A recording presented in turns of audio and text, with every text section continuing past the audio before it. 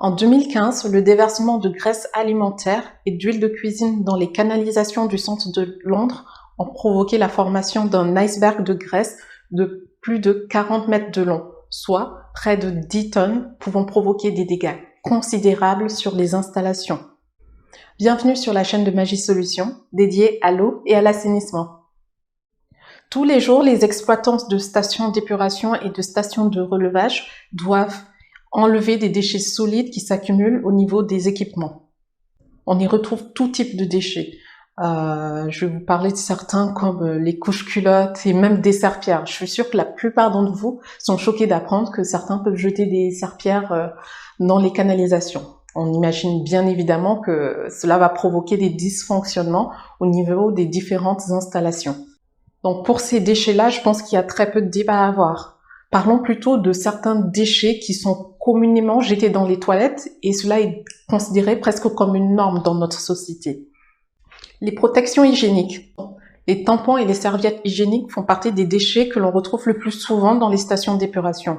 Rappelons que ces éléments ne se dissolvent pas dans les eaux, d'autant plus qu'ils contiennent une petite quantité de plastique. Ce sont donc des déchets qui peuvent colmater les dégrilleurs, donc à éviter dans les toilettes. Les lingettes. Ces dernières années, plusieurs lingettes sont présentées comme biodégradables par les industriels. Ils annoncent même, comme on peut le voir dans les publicités, que ces lingettes peuvent être jetées dans les toilettes. Ne vous faites pas avoir. Ces lingettes dites biodégradables ne sont pas immédiatement biodégradables. Au contraire, elles mettent au moins 3 mois à disparaître. Donc, bien évidemment, lorsqu'elles sont jetées directement dans les canalisations, elles seront encore présentes jusqu'à la station d'épuration. Et sur le chemin, ces lingettes vont rencontrer d'autres déchets, comme les filaments, les cheveux, certaines matières visqueuses, et ensemble, elles vont s'agglomérer, former des solides encore plus gros qui peuvent par endroits boucher les canalisations. Si elles arrivent à la station d'épuration, elles peuvent obstruer les pompes et boucher également les tamis. Les rouleaux de papier. Parlons à nouveau des industriels. Bon, ils vont pas être mes amis dans cette vidéo. Les industriels présentent des rouleaux qui sont dits biodégradables également. Mais on est d'accord que ces rouleaux, même s'ils se déchiquettent très vite, ne vont pas disparaître également. Ils vont se transformer en plusieurs particules, en plusieurs éléments qui, eux, vont être facilement transportés dans la canalisation.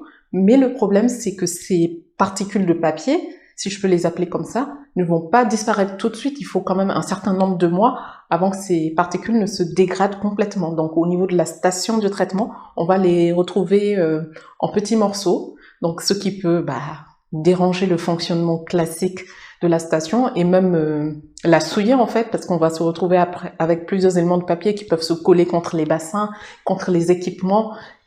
Et pour l'entretien, ce n'est pas terrible. Et en plus, lorsque ces éléments sont très petits, ils passent les dégrilleurs et on les retrouve dans le milieu naturel.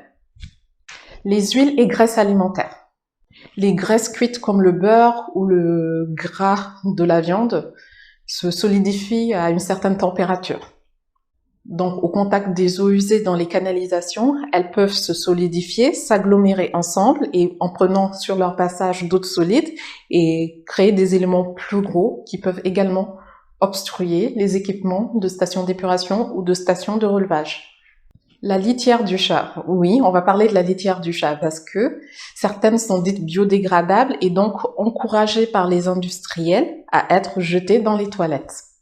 Rappelons quand même le principe d'une litière, c'est d'être absorbant, de pouvoir gonfler.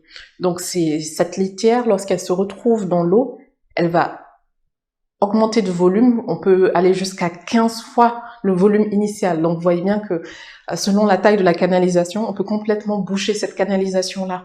Et on ne parle même pas de ce que cela va provoquer plus loin au niveau de la station d'épuration. Les déchets qui passent. Dans cette catégorie, je veux parler de tous les petits solides en fait que l'on jette dans les toilettes en se disant bon, c'est tout petit, ça passe. Non, les cotons-tiges, le fil dentaire, le mégot de cigarette, le chewing-gum, etc. n'ont pas leur place dans les toilettes. Parce qu'en effet, ils sont très petits, donc ils vont passer à travers les grilles. Et ces éléments ne sont pas dégradés par les stations d'épuration. Donc à quoi est-ce qu'on va aboutir? C'est à retrouver du chewing-gum, des mégots de cigarette, du fil dentaire, du coton-tige dans les cours d'eau.